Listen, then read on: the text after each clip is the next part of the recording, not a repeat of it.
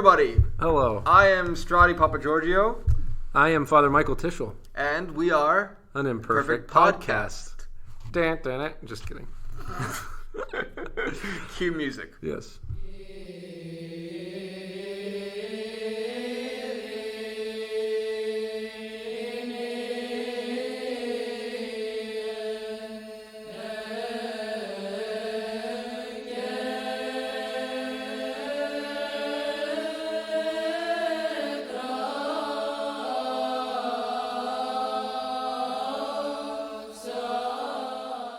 So, Father, what are we, how are you? How you doing? You know, in general, I'm doing all right. At Yeah. the moment, I'm in a little bit of back pain. Oh.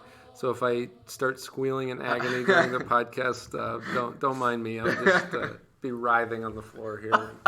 Oh, God, I hope not. No. We'll have to cancel the podcast. I know. That would not be good. All of our... Anyway. So, yeah. But otherwise, That's good. hanging in there. Yeah. Hanging in. How about yourself? I'm doing all right. Yeah. Good. It's good to see you, man. Hey, you too. Yeah, it's good Feel to see you guys too. Yeah, we missed you. Yeah, it's been a we little did. bit It since has we've been. that first month we started, first 2 months we Yeah. started doing this, we were just pumping Yeah. them out. And we had a little hiatus because I was of about to say vacation hiatus, and vacations, trips, travels. yeah. I went to Europe yeah, and Cyprus. pretty cool trip. Yeah, saw places that now I can say I've seen them. Yeah, Really, that's The why you point. go to them, absolutely. right? You go to see the Mona Lisa to say that you've seen it. Right, firsthand. Yeah, you get to say that. That's pretty much the reward. It's your culture street cred. Ah, there you go. It's your culture street cred. Yeah. I'll go on a little tangent. Yes. We might cut this out, but Yeah. May or may not. You may be yeah. privileged to hear this. You might be privileged. Listener. We'll see, Yeah. dear listener. Yes. Or we may just cut it out. We You'll might just never cut it know out. that we You'll did never it. know this happened. That's right. No, but for the Mona Lisa, they have this entire room. They used to have all this art in it along with her. Huh. They have taken all of the art out and only have the Mona Lisa. Wow. And she's behind bulletproof glass Whoa. with guards. Whoa. And you can't really approach. They have like one of those opening and closing. Right. Like a when- swinging Yeah. door, gate, What are they called? It's like when you go into those mazes. labyrinth. Yeah. That's the Oh, I know what you're talking about. Waiting for things. and you pull it. Oh, I know what you're You know what talking he's saying? about. Like those plastic. Not Yeah, plastic. they they're kind made out of spring back. And, Right. Yeah. So they had like. What would you call that? I don't know. Anyway, they would open up so you'd go past it. Right. You weren't allowed to take pictures of it when you approached it, Wow. even through the glass. So right behind the sort of the wiry gate thing that they would have there, you were allowed to take pictures. Walk one step forward as they open it, and you were not allowed to take pictures. So I would hold up the camera on purpose to fake them out. Nice. Like Yeah. and I would look at them, and they were just like like you got us, like. And then my You were father took a playing picture. games, and he took. And then he took a picture. That is hilarious.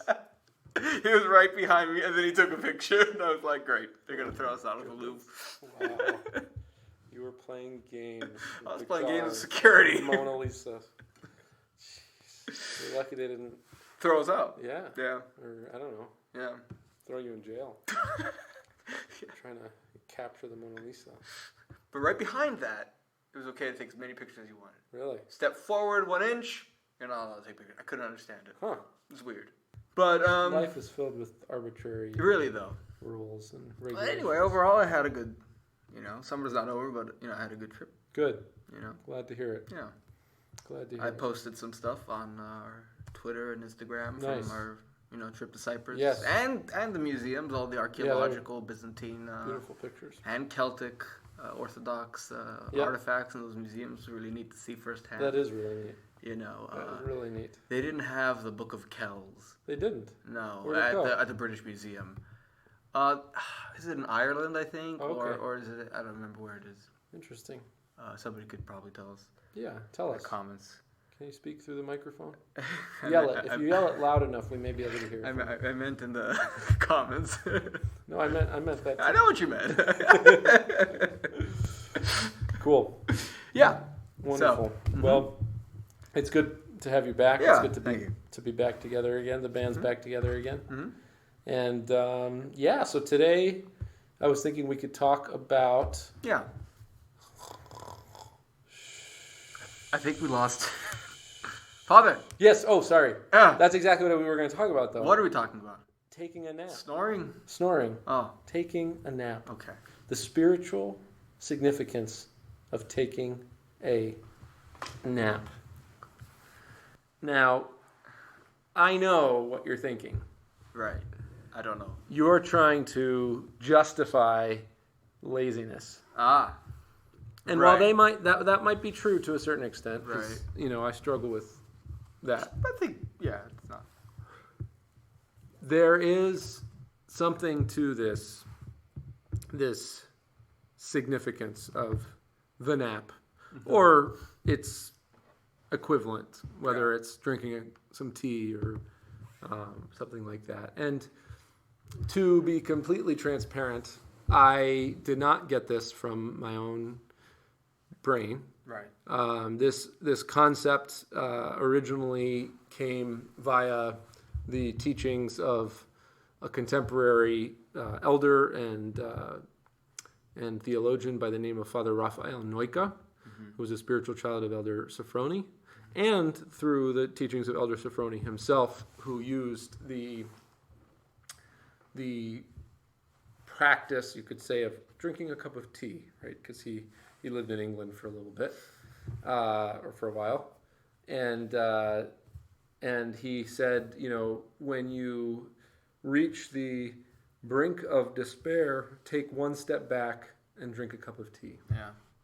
And there's something very sort of humane about that, right? Something very refreshing about that. Yeah. And I think, we were talking a little bit before the podcast about how perhaps this practice, though certainly Orthodox in nature, might be something that all humans, in different parts of the world or from different backgrounds, may, have some sort of wisdom like that. Right. But I do have to say that that this notion of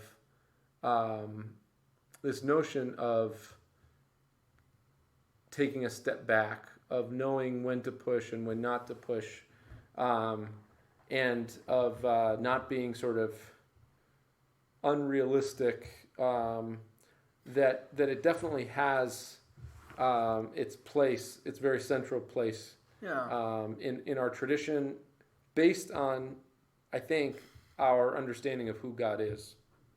In other words, to give an example, there's a story of when the contemporary Saint Paisios of Mount Athos, recently canonized in 2013 and died in the 90s. When he was, I believe, a young monk in one of the communal monasteries, he had this experience where it was at nighttime and he was saying his rule of prayer, or his kind of prayer regimen, and he was doing prostrations and he was praying, and he heard this voice, kind of in his head, just telling him, don't stop, like keep making prostrations, keep praying. There are more people suffering in this world. And then he stopped. He finished his prayer rule, and then he went to his bed. And he was about to kind of lie down to go to sleep, and that voice in his head kept coming back and saying, "No, get up, keep praying, keep doing prostrations. That there are more people in this world that are suffering." He kept doing it to the point where he had just totally worn himself out. And finally, he realized, even as a young monk, that this voice was not coming from God. It's really interesting. I know I'm cutting you off. Yeah, you are. Very interesting. But I'm hoping that what you say is going to be really interesting. Well, this harkens back to Anthony the Great. I remember reading the life of Anthony the Great, and he said the exact same thing, that sometimes the evil one, the devil, will tell you to pray. And you need to discern when that time is, and is it from God? It's not always. Sure. So that is interesting. Very interesting. Discernment, right? So we're talking about discernment, and that sometimes he'll even tempt you to not tempt you, but he'll be like, pray more. You should pray more. But in this very, I think what unhealthy way. What St. Paisius identified was it was a very unhealthy, very kind of compulsive, and very sort of fastidious is the word that he used. Like this sense of kind of, you have to do everything down to the very T, and you can't miss anything, and everything has to be perfect, and perfectionism, right? Kind of getting down to that notion. So then finally realizing, as he did, that God is not an oppressive tyrant, right? He doesn't just kind of like beat us over the head with these rules and regulations, but rather he gives us oxygen, and being able to discern, right? When I'll give you a story from my own life. I spent some time on the Holy Mountain on Mount Athos in Greece over the summertime when I was studying in Greece. And I spent a decent amount of time there. I think it was like a month. And I was at a monastery on the Holy Mountain, and it was a communal monastery. And I had brought all my spiritual reading with me because I was a serious theology student, and I wanted to really dive in. And I was going to a monastery of all things, so I really wanted to get down and really pray and really read these books. And there was a monk there. He's actually from England, from the UK, Cypriot actually, from the UK. But he had been at that monastery for like over 20 years. Wow. An older, not too old, but an older monk. And at one point he visited me in the little cell, the little room that I was staying in. And he noticed that I had actually St. Silouan the Athonite, the biography, sitting on my desk, and a couple other spiritual books. And he's like, you can't read those. It's summertime. He's like, I'm gonna bring you some good summer reading. And he brought me this collection of short stories by George MacDonald, who's like he was actually the author that kind of inspired C.S. Lewis in many of his writings, but he wrote a lot of fiction. And and so he brought me, and it was just these very kind of like whimsical, like light kind of stories. And summertime. Yeah, it's summertime. You can't read that, and and there's that sense of like, all right, like we gotta, it's kind of like this sense of like, don't take yourself too seriously, don't, and having that wisdom and that discernment again to know what it means to push, what it means to kind of take a step back. And I struggle with that to this day, I'll be honest with you. I mean, it's it's tough, and I think it's easy for us to sort of project our own sense of perfectionism, right? Yeah. Onto what we think God is asking of us. Yeah. And there's another little anecdote that comes to mind of an American who visited a monk on Mount Athos, or an elder on Mount Athos, and he asked him, what piece of advice, what word of advice would you have for us in America? And the elder said something to the effect of, he kind of sighed, and I think like a tear fell from his face, and he said something to the effect of, God is not nearly as strict as you think he is. Right. And just this sense of kind of like relief of like, man, I'm not, so you mean God isn't that oppressive tyrant in my head, right, that's constantly telling me to do all these things. I think that's a huge thing. That's such a big deal. And I think that a lot of us, for one reason or another, maybe it's because it's a human way of just human tendency to assume that, in the West, especially because especially our brothers and sisters are Protestant, right? They read the Old Testament and hold it to a very high level. They read that not version of God, but sure, that sense of God being God how he is portrayed in the Old Testament. Sure. And I think that I know that there is a huge sort of we assume that God is a tyrant. But then, of course, now we have the movement of God is just whatever. Yep. Yeah. Whatever. Yeah, just sort of. So we're jumping. Whatever, Yeah, it lets you do whatever you want to do, and. Yeah, just in quotes, love him. Right. In quotes, whatever that means, love him, praise him. Yeah. Yeah. But to go back to what you're saying, I mean, I have had the same sort of, even though I'm raised in an Orthodox house where I'm sure, as a kid, I had those notions too. Sure. Even though my father would have known better. Them, of course he would have known better. Yep. I also think that you're right. God asks for us to do what we can. Right. The best we can. Right. The situation that we're in. Right. Philotimo. Yeah. A sense of economia. That from his perspective. From his perspective. I was thinking from our perspective. Oh, to have philotimo. To have philotimo, to have a sense of honor and which means that you do the best you can. Right. But but it's also not an unrealistic. Yeah, I meant from his perspective. He had to have economia on us and our situations. Right. So economia means we'll go ahead and translate it. No, yeah, it's that sense of kind of flexibility or beneficence, divine kind of grace or mercy on people based on there's the measure, there's the kind of strict exact measure, precise measure. And then there's the way that it's applied based on individual circumstances. Exactly. And philotimo literally means love of honor, but it's a very difficult word to translate from the Greek, which has this sense of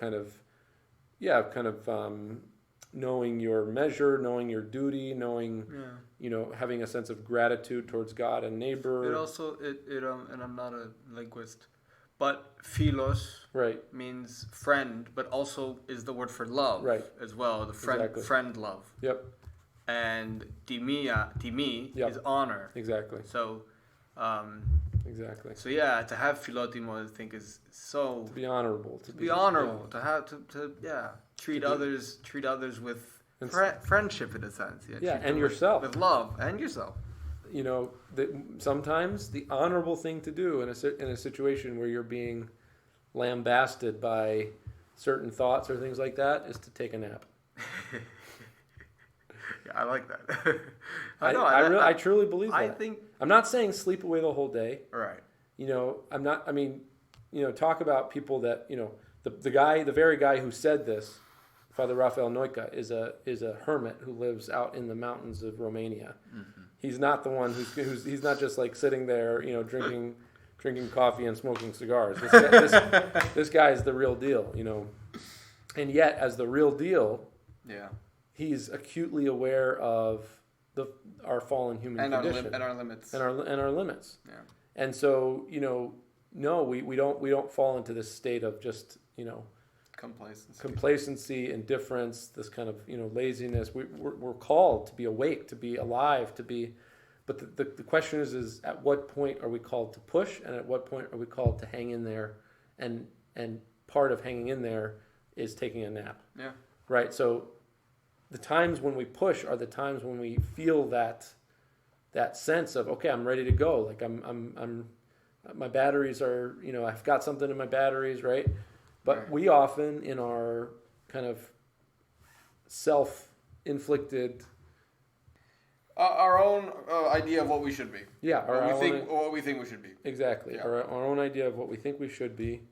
We sort of we think that even at those moments of intense crisis that we should be figuring it out or working on ourselves or something like that, and those are the very moments to not do anything in a certain sense. I mean, it's not to say that you just kind of lie there like a blob, but when I say don't do anything, I mean don't do anything spiritually or don't do anything sort of ascetically, just keep living your life in a very simple way, in a very kind of just move forward one step at a time, make yourself a little meal, take a shower. I think simplicity, the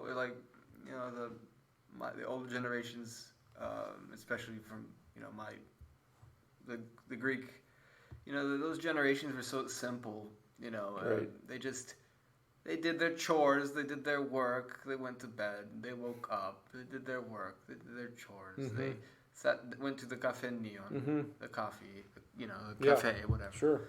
Their lives weren't full of being bombarded by media and commercials or depends on what time period, but weren't bombarded by political propaganda or campaigns, political campaigns or whatever. They were just they knew the world they lived in, and I mean they went to church. They knew that on a simple level, but their simplicity was their wisdom. Their simplicity was actually wiser than some of the most educated people living today. Yeah, because wisdom is all about how to live your life, not just about... And because of their simplicity as well, they were, some of them, not everybody, don't want to generalize, through their simplicity, they were able spiritually to tune in better. Right, sure. That sort of take a nap. Yeah. That kind of thing. Yeah. There's a story that comes to mind where, granted, it's kind of the opposite of what we're saying in a sense, but it's still simple. So very sort of. There's this bishop, and when his mother, she might be alive still, or regardless, they were in church, and she was standing. It was very old, and he goes, "Mom, it's okay. You can sit down." And then she goes to sit down.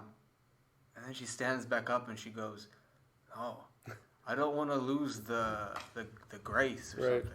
It's just a old Cypriot woman. We're not talking about some elder living in the living on the mountain. Just some little grandmother, little yaya, as we say, great grandmother. So I don't want to lose the kingdom. I don't remember exactly what she said, but it was just like, I need to stand. I need to stand. Yeah. It's kind of the opposite of taking a nap, but at the same time, there's simplicity in it.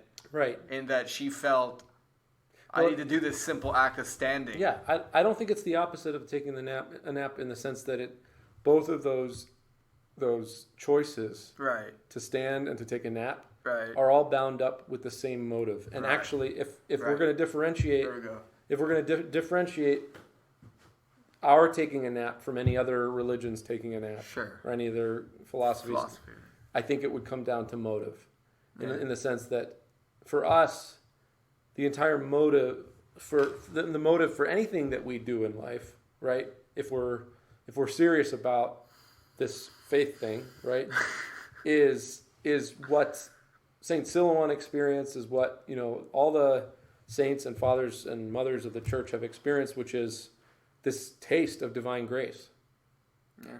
Right? So, in other words, they experienced God's presence in a real and a tangible way. Right. The sweetness of God's presence, right? Yeah. In that very initial stage, you could say, of their spiritual lives. Sure. And then once God gave them this taste, then they also experienced the perceived loss of that taste, so that they would know that it was a gift and not something that they created of their own accord, and they would know how to preserve it. And the way to preserve it is through humility. Yeah. And humility is not always what we think it is. Yeah. Humility is not always forcing myself, beating myself up and telling myself that I'm a bad person or whatever. That's kind of like this superficial manifestation of humility. But humility is knowing our measure, and is knowing ourselves. Both in our weaknesses, in our strengths, in our humanity, in our limitations, right? And great feats of asceticism could easily be a mask for pride, right? Absolutely. I could say, well, I'm Superman. I could do anything, so I'm going to do 1,000 prostrations. You know what I mean? Yeah. And conversely, right?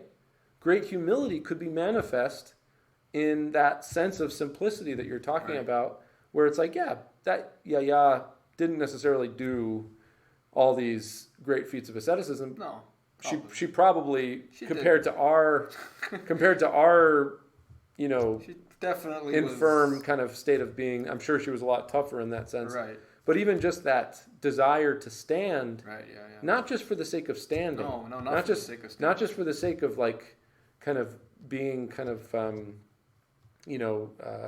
masochistic and dogmatic, or dogmatic, like, moralistic. We have to stand. Right, we have to church. stand. No. She had a taste of the grace of God, and she had learned what activities, what actions in her life increased that taste, and what brought that taste down. For her personally. Yeah. And for her, she knew that if she was just going to kind of lounge in that chair in church, right, then that grace that she experienced was her taste of that was gonna grow. And so I think, the whole thing with like taking a nap and drinking a cup of tea and doing these things that are seemingly spiritually neutral are all part of the art of arts, as the fathers call it, the most sort of complex and kind of nuanced art there is that anybody can learn, and that is the art of being able to acquire and sustain the grace and the presence of God in our life. Mm-hmm. And there are so many different. It's like it's like flying a plane, as somebody has described it, where apparently the Wright brothers who were the first to actually get a plane off the ground, right? Apparently, at first when they made their first plane, it was very kind of rudimentary, and it was just like this kind of these big wings, right? That just didn't have very much nuance or kind of complexity to them, and it just kind of like went up and then just crashed, right? But then they started observing birds, and how when birds were in flight, they all, their wings consist of all of these intricate patterns of feathers and things like that. And I don't know the details as far as the science. We're not ornithologists. We're not ornithologists. Thank you. I barely even know what that means. But it's actually from the Greek word. Right. That's right. Ornithology, which means bird. That's right. And that's exactly right. And ology. Yeah. So basically, looking at the wings of birds and how when they were navigating the skies, their wings would adjust in these little nuanced ways. So like a little part of this feather would kind of make an adjustment, and then a little part of this feather, and it was never like one wing going up and the other wing going down.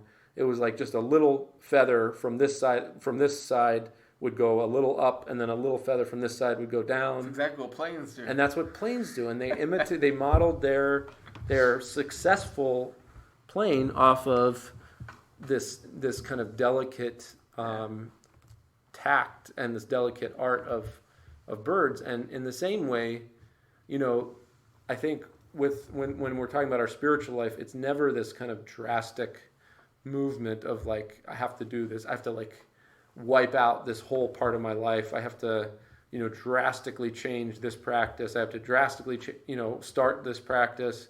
It's making these minor adjustments and kind of like, and it's all focused around preserving our experience of the presence of God in our life, and not just saying, well, you should do this and you shouldn't do that, but rather, I feel the grace of God in my life, and I start to discern that when I eat too much food, right? When I fill my belly, that grace diminishes.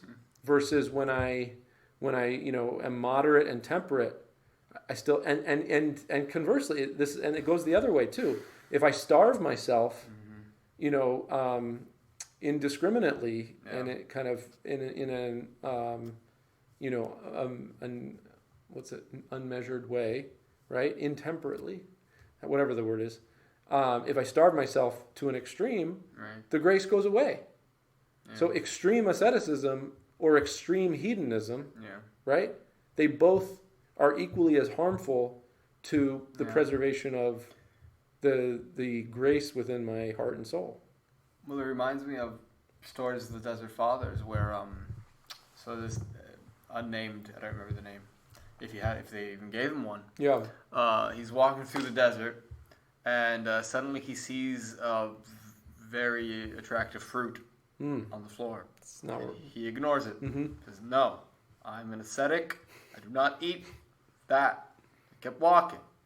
I don't remember if he saw another one who said, "No, I'm not going to eat that. I'm going to keep walking." An angel of the Lord comes down later and hands him the fruit. Says, "God wants you to eat this fruit. You've gone on long enough." Or if you go to somebody's house and all they have is meat, right? You're an ascetic. Eat the meat. Sure. Don't not eat the meat. Right. Hospitality. Because Philotimo part. Yeah, philotimo. The act of refusing the simple, love is going to if you were by yourself, and you had a big steak in front of you and it was a Wednesday or Friday or something like that, right? And not only did you eat the meat, but you ate the whole leg of lamb or whatever, and again, it's not just about the fact that it's Wednesday or Friday. It's about being filled with the grace of God, and knowing how to stay filled with the grace of God. Right. And I know that if I stuff my belly, I'm not going to be filled. Or if I receive an inordinate amount of praise from my fellow humans, then the grace of God, the glory of God inside of me will diminish if I seek the glory of humans. Sure. Right? So it's very experiential. It's very practical in the sense of I've tasted and I've seen how good the Lord is, right? Mm-hmm. And I yearn for that, and I don't want to lose it. Right. And I do everything in my power to maintain it, and I avoid everything in my power that will make me diminish it. And so, again, going back to our original theme, these seemingly neutral actions of drinking some tea, taking a walk, taking a shower, taking a nap, right? Doing what you need to do to recharge are actually tools in our spiritual tool belt that allow us to make minor adjustments. So it's not either I do this great ascetic feat or I don't, but it's maybe I do this great ascetic feat and I'm exhausted, right? And so now I need to rest a little bit, right? And then I wake up and I'm hungry, now I need to eat a little bit. And I do all of these things moderately, right? I sprinkle them all throughout my, and so that I'm not, and by this kind of this delicate sort of artistry, this delicate dance almost, I'm learning, and I'm being educated, and I'm being given this guidance, this instruction, this divine instruction as to how to maintain my connection with God. So it's not abstract, it's not ideological, it's not moralistic. No, it's very practical. It's very practical, and it's very much focused on, the human condition. The human condition in relation to God. Right. Yeah. Because the human condition, as we understand it, is there is no human without God. Right. In other words, an independent human, a human disconnected to God is not a human. Right. A human is only a human insofar as he or she has been filled with the grace of God. Right. And I think we all, whether we know that or not, whether we cognitively understand that or not, deep down in our bones, in our gut, in our heart of hearts, that's what we're yearning for, is that communion with God. Yeah. And we have that, to put it in that cliche, cheesy way, we have that God-shaped hole inside of us, right? That only God can fill. Yeah. And we need to. We also, I think, we need to know that we may have been raised in the church, and we may have experienced little drops of grace here and there, perhaps, or maybe not. But we need to know that at a certain point, we can't just keep going on without having experienced the grace of God. Yeah. And I think this is somewhat counterintuitive because people are like, wait a second, I thought the grace actually experiencing God's presence and God's grace, that's for the saints, right? I mean, I'm a sinner. I'm not worthy of God's grace, right? That's not the point. Right. The point isn't who is worthy and who's not worthy. Nobody, especially at the beginning, is worthy of God's grace. And yet, as St. Paul says, it was while we were still in sin that God became man for us. Right. Like Jesus came into our condition. And so therefore, it's not a matter of whether you're worthy or not. It's a matter of God's free gift of grace that he gives us, especially at the beginning of our journey, so that we can know what it is, what's at stake. Yeah. What the beauty of what we can become and what we can have, and the tragedy of what we can lose, right? And so I experience that grace of God, and then the rest of my life is a lesson in how to maintain it. And part of that, one tool that we can put in our spiritual tool belt are those seemingly neutral activities that actually diffuse the crisis in my life. Like if I'm going through some sort of inner tension or struggle or temptation or something like that, a gentle way of diffusing that. And really, when we're talking about spiritual warfare, a way of getting the devil off our back is pretending like nothing's wrong. And pretend like this is very St. Porphyrian, right? I've never heard that before, but yeah, St. Porphyrios yeah. has a lot of examples, or one in particular that I can recall, of when the grace had kind of left him, or the experience of God's grace had left him. He just went out and smelled the flowers and did all these kind of very neutral things, seemingly neutral things, knowing that if he had sort of agonized about it, then the devil would take advantage. Yeah, and kind of tune into that, and that by kind of just pretending like nothing was wrong and doing these like neutral things, he actually allowed for, first of all, the devil to kind of go on his way, and secondly, for the grace of God to come back in a very natural and a very unexpected and kind of sort of, I assume in all of that he hadn't lost grace in all its sense. More like just the sensing it. Well, that's the thing. I don't know. Is this there's because like Silouan lost it and wept. So, but did he lose grace? Right.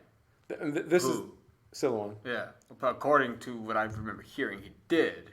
Right. Well, did he lose it? In other words, what is grace? Right. Sure. God's presence. Okay. Yeah. Grace is God's presence. Right. Okay. Did he lose God's presence? In other words, is God ever not present? He lost the sense of it.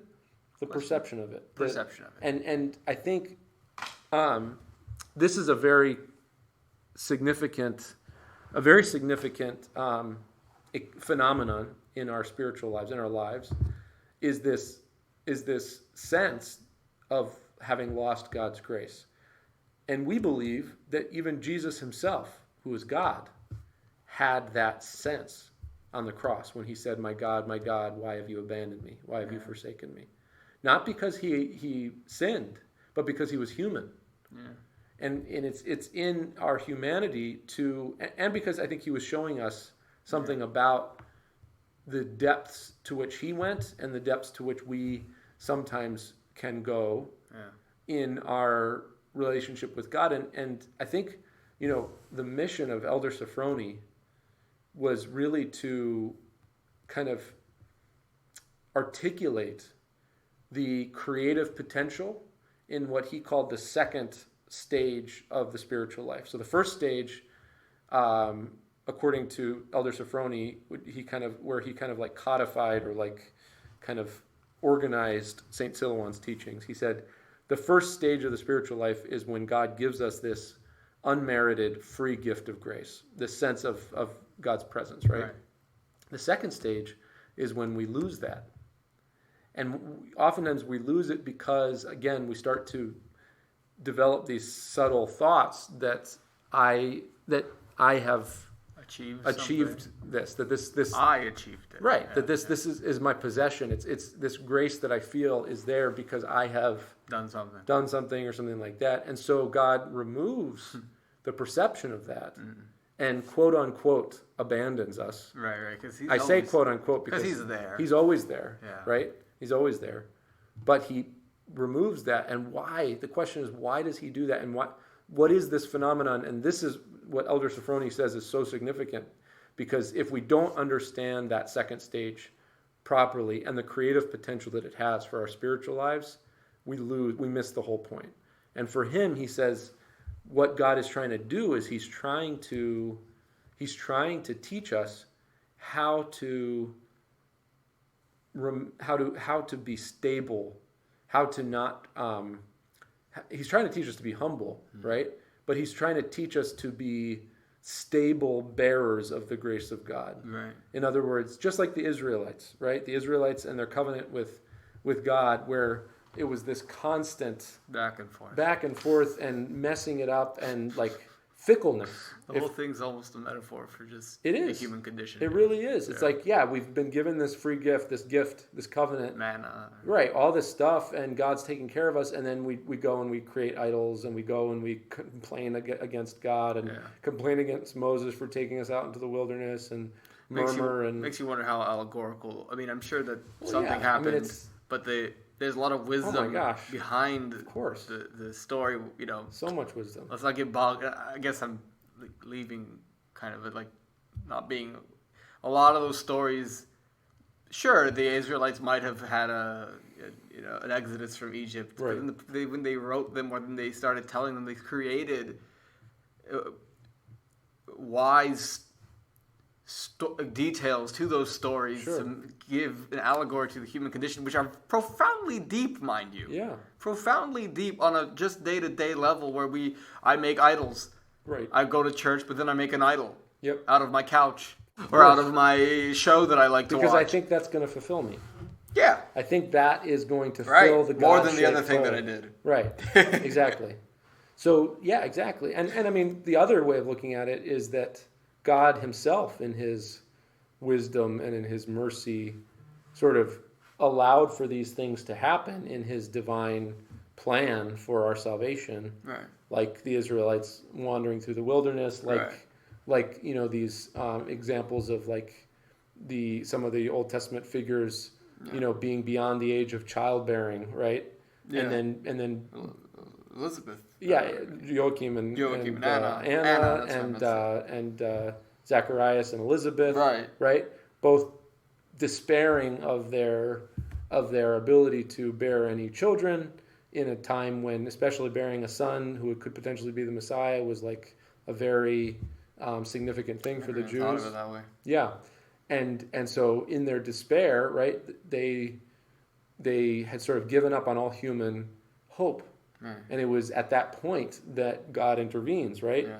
And St. John Chrysostom says that sense of despair that they had was a type, a sort of a foreshadowing of Jesus coming at the time when the people of Israel had despaired over achieving salvation through works of the law. Mm-hmm. That the law had become barren, like these women had become barren. The law had become barren, and people had given up hope that the law could bear any fruit. Yeah. And so Jesus comes, God comes, right?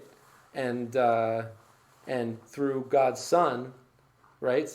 We and through the miraculous conception from a virgin, right?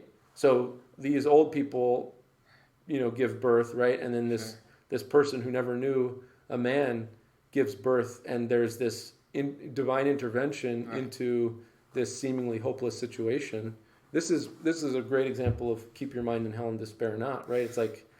It's like hope against all hope. Like you've come as a human, you've come to the end of your rope. As far as like what you could possibly conceive of as being any sort of hope. And then one click beyond that, one step beyond the end of your hope, right, is where God can work unexpectedly and will intervene. And sometimes, we just got to take a nap. And it's then when we wake up that it's like we have a new sense of things. And because God works in those kinds of ways that are beyond our expectations, beyond our wildest hopes, and also, and specifically giving us that sense that it's not us that's creating all of this, but that he's giving us this gift that it's all a gift. Mm-hmm. And so when we feel it removed from us, God takes away the gift without taking it away. Mm-hmm. He's not taking it away because he's cruel or because he wants to take it away. The gift is still there, but he hides it from us. Mm-hmm. He hides it from us so that we can see who we are without the gift. That's fascinating. Yeah. And so then we sort of humble ourselves, right? And because the gift can only be held in the hands of somebody who's humble. Yeah. Right? The moment we exalt ourselves like a hot potato, we lose the gift. And to the point where we go back and forth, we exalt ourselves, we lose the gift, we humble ourselves, and we're instructed in this way of humility to the point where finally, at a certain point, we can maintain that humility, which is to maintain the stature of God, who's not fickle and who's not prideful, right, but who's humble. And so we look at God face to face, having become like God in his humility. Yeah. And that's why we should take a nap. Very well said. You brought it all the way around. Very good, very good. I think that about wraps it up. Do you think? Yeah. You got anything else? I got nothing else. I'm exhausted. A lot of jibber jabber. No. It's good stuff. No, it really is, though. It really is. I mean, these podcasts, I don't know about the people listening, but I know even if they weren't listening, this conversation is good for me. Me too. Yeah. Me too. These are good things to remind ourselves of, to kind exactly. of enter into these truths in different ways. And so I'm going to just, let everybody know that we, just to follow us on, all our social media platforms, we're everywhere. Well, I don't know. We're almost everywhere. We're on Facebook, we're on Twitter, we're on Instagram, all TrisagionFilms. And we're also on YouTube, which is where we upload our videos. So our main, as a company or as a nonprofit that we are a video, a film production company, nonprofit. So having said that, I hope you all have a wonderful day or night or whenever you're listening to this, wherever you're listening to it from, and may God bless us all. Amen.